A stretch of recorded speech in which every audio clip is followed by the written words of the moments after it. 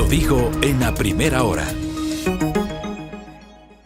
Muy bien, 7:16 en la mañana. Qué linda mañana la que tenemos en la capital de la República. Cielo totalmente despejado a esta hora. ¿Cómo está el clima? A ver. ¿Cómo está el clima?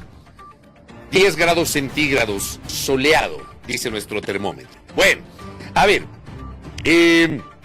Nueva polémica entre la Asamblea Nacional y el Ejecutivo, marcada por el veto parcial a un proyecto de reformas a la ley del IES y a la ley del Banco del Instituto Ecuatoriano de Seguridad Social. El veto del veto, y eso ya lo vamos a hablar con dos especialistas en la materia. Póngame el primer comunicado, el del Ejecutivo, que fue la primera noticia que recibimos al finalizar la jornada del viernes. Con responsabilidad, dice el Ejecutivo, y respeto a la Constitución, el presidente Noboa objeta por inconstitucional el proyecto de ley sobre seguridad social. El presidente Daniel Noboa envió nuevamente una objeción parcial por inconstitucionalidad y objeción parcial por inconveniencia al proyecto de ley reformatoria de la Ley de Seguridad Social y a la Ley del Banco del Instituto Ecuatoriano de Seguridad Social. El pasado 12 de abril, el presidente ya remitió una objeción parcial por inconstitucionalidad y objeción parcial por inconveniencia a este proyecto de ley. La Corte Constitucional efectivamente se pronunció sobre la inconstitucionalidad, según lo vetado por el mandatario, por lo que la Asamblea, continuando con el trámite correspondiente, enmendó y aprobó el nuevo texto. Sin embargo, dice el comunicado del Ejecutivo, la Presidencia de la República identificó que el nuevo texto corregido de la Asamblea, a pesar de haber realizado los cambios, ha incurrido en una nueva inconstitucionalidad en el artículo 7. Esto no se puede pasar por alto, ya que contraviene la Constitución y se daría paso a la expedición de una ley que atenta contra el derecho a la seguridad jurídica y que genera un riesgo de sostenibilidad en las finanzas públicas. Además, se ha identificado un error en el artículo 9 que provocaría una antinomia jurídica, por lo que resulta inconveniente. Por ello, cumpliendo con su responsabilidad y funciones constitucionales y bajo un criterio técnico, el presidente vuelve a emitir esta objeción por inconstitucionalidad, precautelando la ley que finalmente entrará en vigencia cuando con toda la rigurosidad normativa que corresponde. Póngame el de la Asamblea, en cambio. ¿Qué responde la Asamblea? Presidencia de la República comete inconstitucionalidad. La Asamblea aprobó en segundo debate el proyecto de ley reformatoria de las leyes del IES y el BIES. Este proyecto fue vetado parcialmente por inconstitucionalidad por el presidente el 12 de abril. El 21 de mayo, la Corte Constitucional remitió el dictamen correspondiente a la Asamblea para su tratamiento con un plazo de 30 días. El 21 de junio, la Asamblea Nacional remitió al Ejecutivo el texto final del proyecto para su sanción, es decir, para su publicación en el registro oficial. Sin embargo, dice, en un acto absolutamente inconstitucional, la Presidencia de la República, reconociendo en el texto enviado que tiene la obligación de sancionar y enviar para su publicación de la ley, no lo hizo y envió una nueva objeción al proyecto. Es decir, gracias, don Robert. El veto del veto. Que nos expliquen con maicitos sus entendidos. Telemáticamente está Carlos Anomoto conectado con nosotros y aquí en la cabina la doctora Melania Carrión. Los dos son especialistas en temas parlamentarios. Empiezo con Melania. Melania, buenos días. ¿Es el veto del veto? ¿Tiene sentido esto? ¿Qué onda? Por favor, y explíquenos con maicitos, así para que podamos entender despacito. Doctora, buenos días. Buenos días, Fabricio, un gusto, buenos días, Belkis, y un gusto estar aquí nuevamente. A ver, es que esto tiene que ver mucho con la práctica parlamentaria, ¿no? Es decir, se nota que hay desconocimiento en el Ejecutivo respecto a qué es lo que se puede hacer y lo que no se puede hacer durante el proceso de formación de la ley. Parece ser que se tomaron el texto literal sin entender la implicación de la palabra sanción para el Ejecutivo, cuando la Corte Constitucional en su dictamen, cuando acoge parcialmente la inconstitucionalidad de algunos artículos que presentó como inconstitucionales en su veto el Ejecutivo, dice en la parte final de su resolución que tiene que devolverse al Ejecutivo una vez que la Asamblea haga las enmiendas pertinentes para la sanción correspondiente, ¿no? Esto porque así lo establece la Constitución y porque así lo establece la Ley de la Función Legislativa. ¿Qué significa la sanción? Ese es el gran detalle. Hay dos momentos, si se quiere, o dos formas de entender en el derecho parlamentario la sanción, ¿no? Comprendiendo que la sanción es originaria del derecho parlamentario monárquico constitucional, es decir, que reconoce un rol primigenio del monarca, del emperador, y en este caso posterior, ya con los posteriores desarrollos de lo que es el primer jefe del Estado, el jefe de la nación, para poder decidir si está de acuerdo o no está de acuerdo con un texto legislativo. Esa primera potestad es dentro del proceso de formación de la ley. En ese entendido, ya cumple ese rol el Ejecutivo cuando hace su primera objeción, que es la única que puede hacer, ¿no? En realidad, en nuestro derecho parlamentario, como fuente del derecho está la costumbre, y no ha sido necesario tampoco ni que la ley ni la Constitución definan qué es la sanción. Es decir, se entiende que es en el primer momento, un acto favorable, digamos. No, en el primer momento tienes la posibilidad como Ejecutivo de sancionar o vetar. Parcial o totalmente. Exacto. Dos opciones. O por inconstitucionalidad. Claro, puedes decir por inconstitucionalidad parcial, inconstitucionalidad total, ahora le han puesto inconveniencia, es decir, simplemente porque no está de acuerdo parcialmente o totalmente. Esas son las formas del veto. Si es que está de acuerdo, puede sancionar directamente y enviar al registro oficial, es decir, expresar su acuerdo con la ley. Pero eso es dentro del proceso de formación de la ley, esa es una comprensión de la sanción.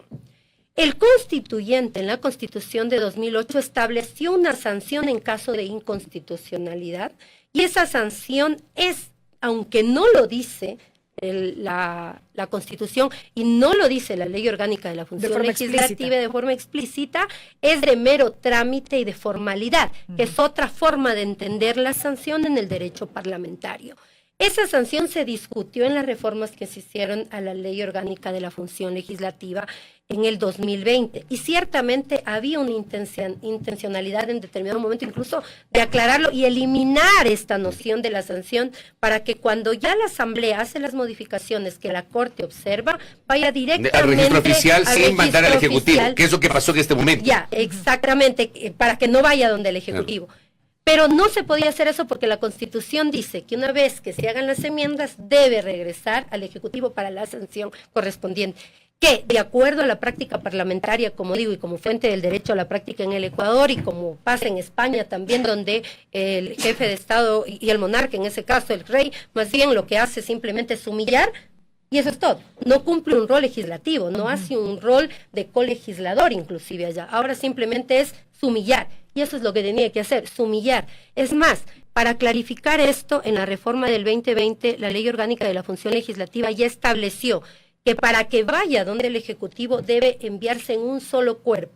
Lo objetado, lo no objetado, lo ratificado, para que no se vaya a entender que unos textos van al registro oficial y otros luego quedan para que un solo texto con todo, recibe ese documento y lo envía al registro oficial. Lo sumille y lo envía. El problema ahora se da porque ciertamente la Asamblea Nacional, digamos que está incumpliendo, ¿sí?, en lo que hace y en la forma en la que enmienda lo que la Corte Constitucional observa. Y ya vamos a profundizar sobre aquello. Dale con Carlos. Vamos a recibir a esta hora a Carlos Salomoto, abogado especialista en Derecho Público, quien nos acompaña vía telemática. Carlos, bienvenido, muy buenos días. Bienvenido a este panel.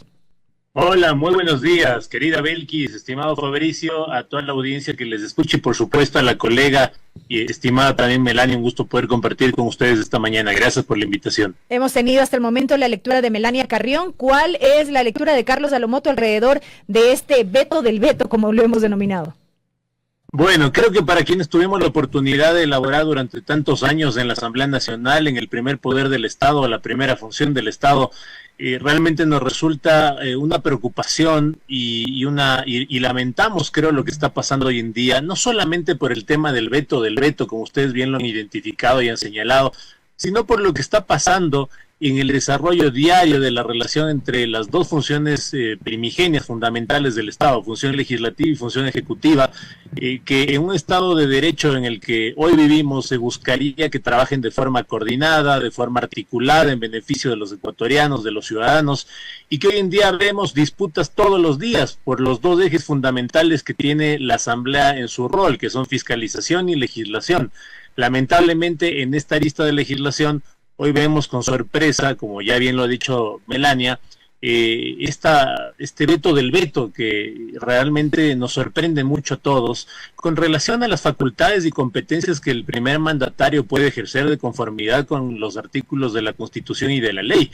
Evidentemente la primera preocupación es porque el mandatario y todos los servidores públicos única y exclusivamente pueden ejercer las competencias atribuidas en la ley y seguir los procedimientos que la Constitución y la ley han determinado. En este caso, el artículo 64 o 65 de la Ley Orgánica de la Función Legislativa establecen con claridad el procedimiento del tratamiento de una objeción presidencial. Bien ha dicho mi colega, el presidente de la República puede objetar un proyecto de ley por razones de oportunidad o por razones de inconstitucionalidad. Son las dos únicas posibilidades de objeción.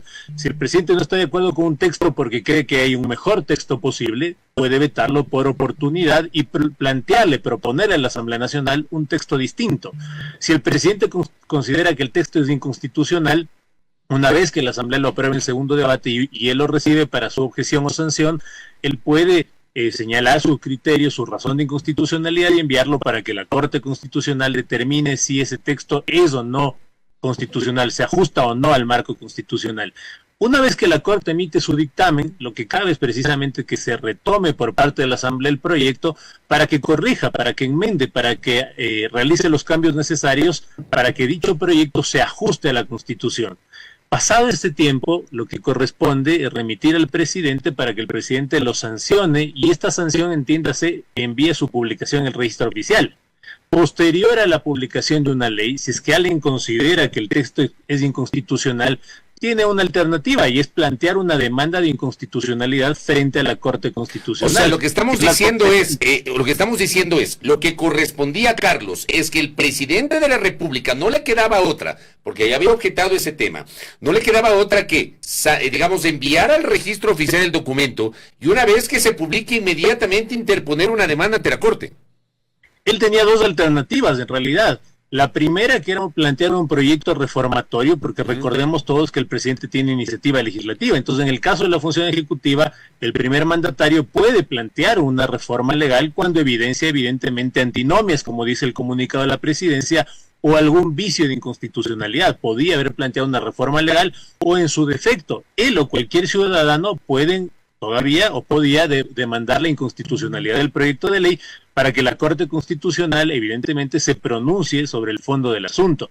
Entonces realmente tienen dos posibilidades, pero ya no la posibilidad de volver a enviar objeciones tanto de constitucionalidad o de oportunidad a un proyecto que ya fue tratado en la Asamblea Nacional y cuya objeción, veto, entiéndase, ya fue abordado por la primera función del Estado. Es decir, aquí lo que cabía de eso, o demandar la inconstitucionalidad o presentar un proyecto de ley para que la Asamblea rectifique cualquier error tanto de constitucionalidad o de oportunidad o de antinomia o de laguna jurídica que se puede haber quedado en ese proyecto de ley.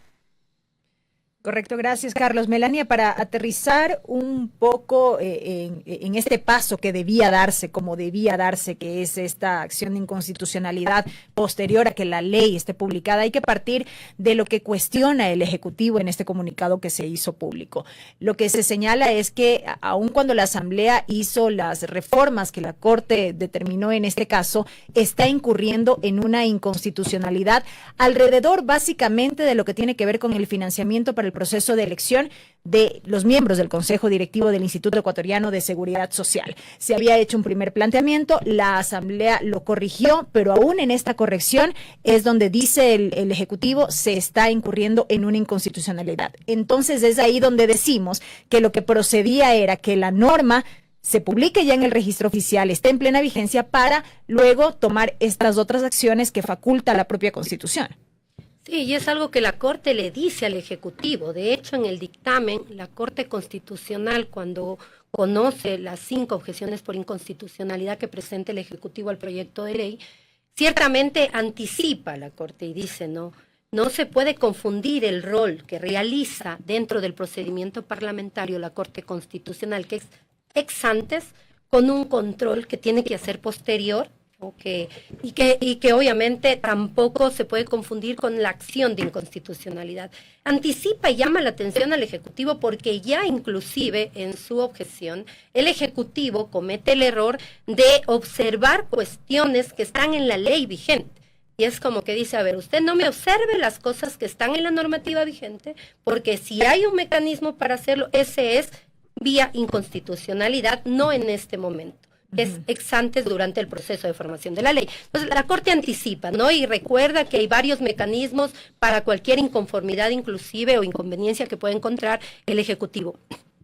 Pero este proyecto de ley hay que analizar, es un proyecto de ley corto, ¿no? Es un proyecto de ley de iniciativa ciudadana, pero ha estado envuelto en un montón de cosas desde el principio, ¿no? Desde el momento mismo en que se acepta una propuesta, por más iniciativa ciudadana que sea, y la Corte en eso obviamente hace lo correcto al decir, a ver, la Constitución dice que debe ser tripartito, usted no puede poner 60% de representación solamente a los afiliados, entonces observa y ya... Cuando hablamos de afiliados y jubilados, ¿no? Claro, en general, afiliados, jubilados y también los autónomos o los que están en relación de dependencia. Pero claro, la composición del Consejo Directivo debía ser tripartita, entonces sí ya existía una desproporcionalidad. Entonces, digamos que es una, como dirían mis hijos, una serie de hechos desafortunados, ¿no? Que han venido sucediendo desde el principio en el que se viene tramitando, luego la Corte Constitucional ciertamente declara inconstitucionalidad parcial en algunos artículos.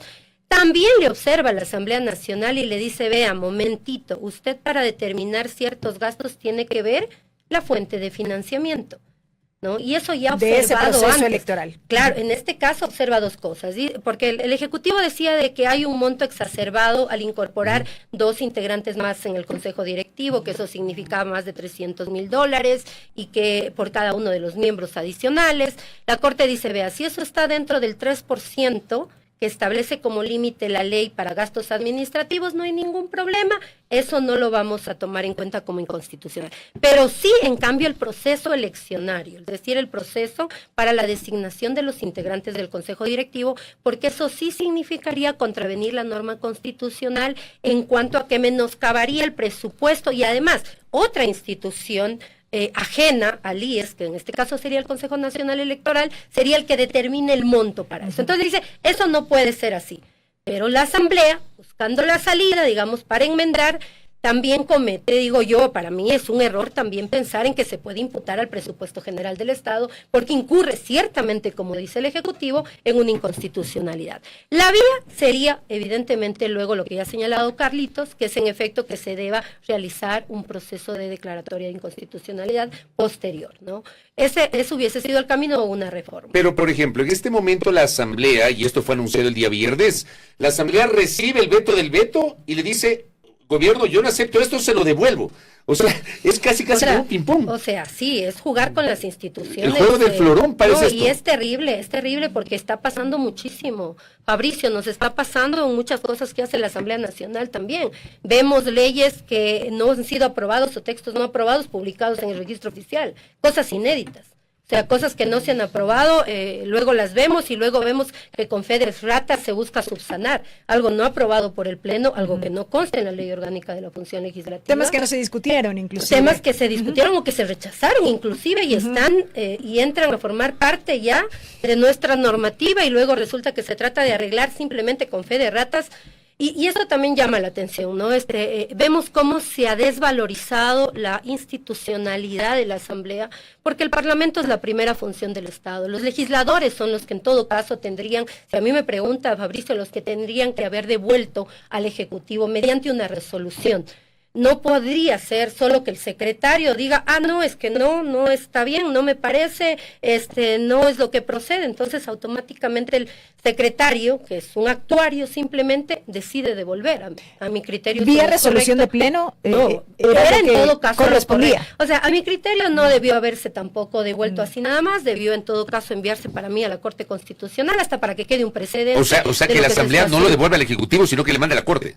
Yo hubiese recomendado eso de tal manera que quede un precedente también, porque la Corte varias veces ha llamado la atención a la Asamblea y al Ejecutivo. Sí, y creo que en esta ocasión va a tener que hacer algo similar porque ambas partes, digamos, han cometido sus fallas. Déjeme solamente, perdón que le interrumpa. Carlos, ¿usted coincide con esto que acaba de plantear Melania Carrión, de que más bien en lugar de que el secretario de la Asamblea le devuelva al Ejecutivo en esta suerte de ping-pong, hubiese sido mejor que envíen a la Corte?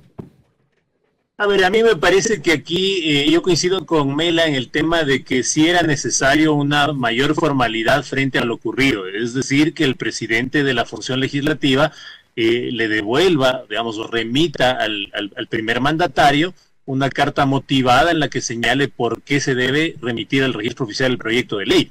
Pero adicionalmente también coincido con Mela en compartir o remitir también a la Corte Constitucional esta alerta de este error en la práctica parlamentaria o en el procedimiento de expedición de un proyecto de ley que sí llama la atención y que sí podría generar, como ha dicho Mela, un precedente no del todo adecuado. Entonces creo que el fondo del asunto va más allá, ¿no? Es decir, en este caso particularmente sí era necesario probablemente que el presidente de la función legislativa le remita al presidente una carta indicando los criterios por los cuales la Asamblea considera y por supuesto ajustados a la ley se debe ya publicar el proyecto de ley, inclusive él también remitir esto a la Corte Constitucional. Pero claro, evidentemente a partir de este caso yo creo que se necesita para temas posteriores una mejor coordinación entre las dos funciones del Estado, ¿no? Porque realmente este ir y venir, este tiempo de espera le va a perjudicar justamente en este proyecto de ley en particular al IES, al BIES, a los afiliados, con lo que la ley determina y por supuesto con los procedimientos para mejorar esas dos instituciones que también se encuentran particularmente hoy en día en un momento de crisis terrible y que le afecta al ciudadano de a pie, al que no tiene los medicamentos, al que no accede a créditos y otros problemas que ocurre también. Carlos, pero en este punto en el que nos encontramos, ¿qué podemos esperar? La Asamblea o el secretario, en este caso de la Asamblea, devuelve al Ejecutivo y el Ejecutivo, ¿qué hará entonces? Volvemos a esta discusión de mis manos ya pasó y no hay una clarificación en la norma respecto de cómo actuar en este sentido. Seguramente le pedirán también a la Corte Constitucional que determine qué corresponde, ¿no? Es muy probable que esto, como ha dicho Mela, termine definiendo la Corte Constitucional o dirimiendo o señalando a los dos, como ha dicho ella, se puede decir de una forma más popular, jalando las orejas de las dos funciones del Estado y pidiéndoles esto, pidiéndoles coordinación para la aprobación de un proyecto de ley que tiene una afectación importante hacia la ciudadanía o que sin lugar a dudas tiene un rol fundamental con relación a un cambio institucional como es el de la conformación del Consejo Directivo de una entidad que le pertenece a los afiliados y jubilados. Entonces realmente acá el tema de fondo es cómo coordinan las acciones y cómo las dos principales autoridades, tanto el primer mandatario como el presidente de la función legislativa, pueden sentarse en una mesa para dialogar este tipo de temas y otros que son necesarios para que las dos razones fundamentales de trabajo de la Asamblea, que son fiscalización y legislación, pueden ser mejor abordadas a efecto de garantizar a los ciudadanos sus derechos, ¿no? Hay, por ejemplo, una pequeña alerta. En otra ley, en estas leyes pomposas tributarias que se aprueban, esta última reciente que modificó el tema de la devolución al IVA, por ejemplo, las personas adultas mayores y personas con discapacidad, ahí para mí también hay una inconstitucionalidad, pero la ley está publicada. Quienes creemos que hay una posible inconstitucionalidad por ahora exigirle al ciudadano el registro de los lugares en donde se devolverá el IVA a adultos mayores y personas con discapacidad, lo que le corresponde al ciudadano es presentar una demanda de inconstitucionalidad. Mientras la Corte no diga lo contrario, esa ley se seguirá aplicando tal como fue aprobada. Es decir, que todas las entidades y que todos los ciudadanos respetamos los procedimientos de la Constitución y la ley con relación a lo que expide la Asamblea Nacional. Correcto, Carlos. A ver, y un poquito para ir concluyendo en esta interesante charla. Y ahí, más allá de la visión jurídica que tienen ustedes, tanto Carlos Salomoto cuanto Melania Carrión, es inevitable hacer una relación con la situación política. ¿Cómo se proyecta esto? Porque me parece que este es un nuevo ingrediente dentro de esta controversia y esta relación tirante entre el Ejecutivo y el Legislativo. El otro día, doctora Carrión, doctora Lomoto, Belkis, amigos y amigas, alguien me preguntaba si yo tenía en mi cabeza, y realmente no tengo en mi cabeza, alguna referencia de 3 vetos totales consecutivos por parte de un presidente. O sea, yo no recuerdo 3, pero al hilo, 3. Porque claro, a lo largo del tiempo uno sí se encuentra con antecedentes de vetos totales, que es una atribución del Ejecutivo. Pero 3 al hilo, o sea, 3 enviados y 3 negados totalmente, yo no tengo en mi cabeza.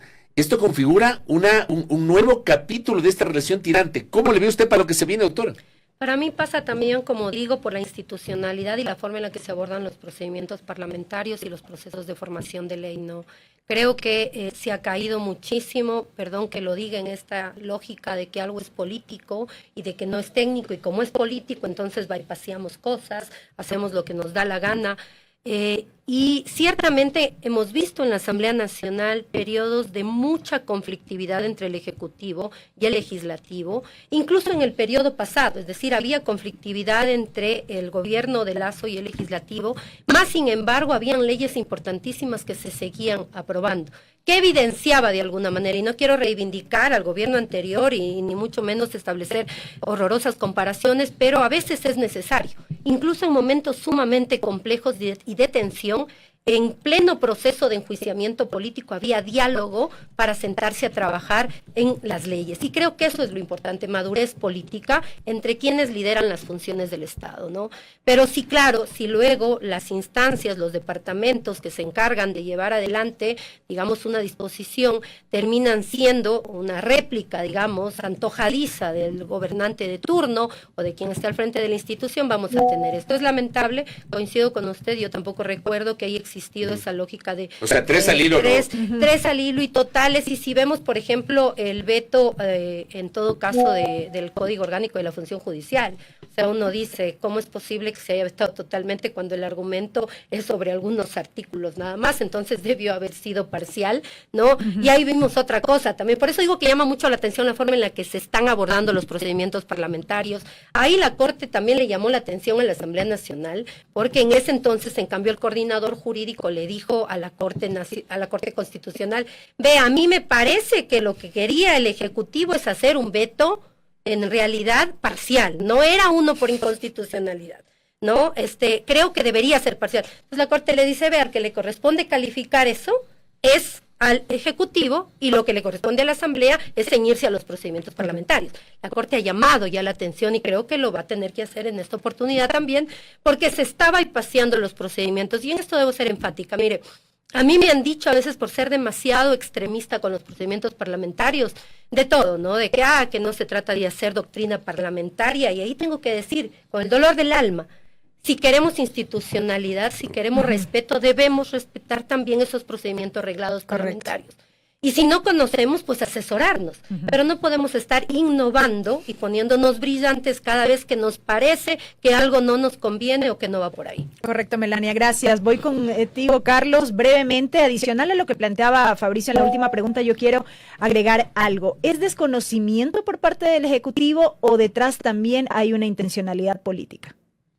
Sí, a ver, yo creo que tanto la función legislativa como la función ejecutiva tienen profesionales brillantes, profesionales de primera, que en el procedimiento parlamentario dan sus aportes, sus asesorías. Yo creería que este es un tema de descoordinación, creería y quisiera pensar que es eso, lamentablemente, y como bien dice Belkis, como dice usted, yo creo que también pasa por un tema de la tensión política que vive el país.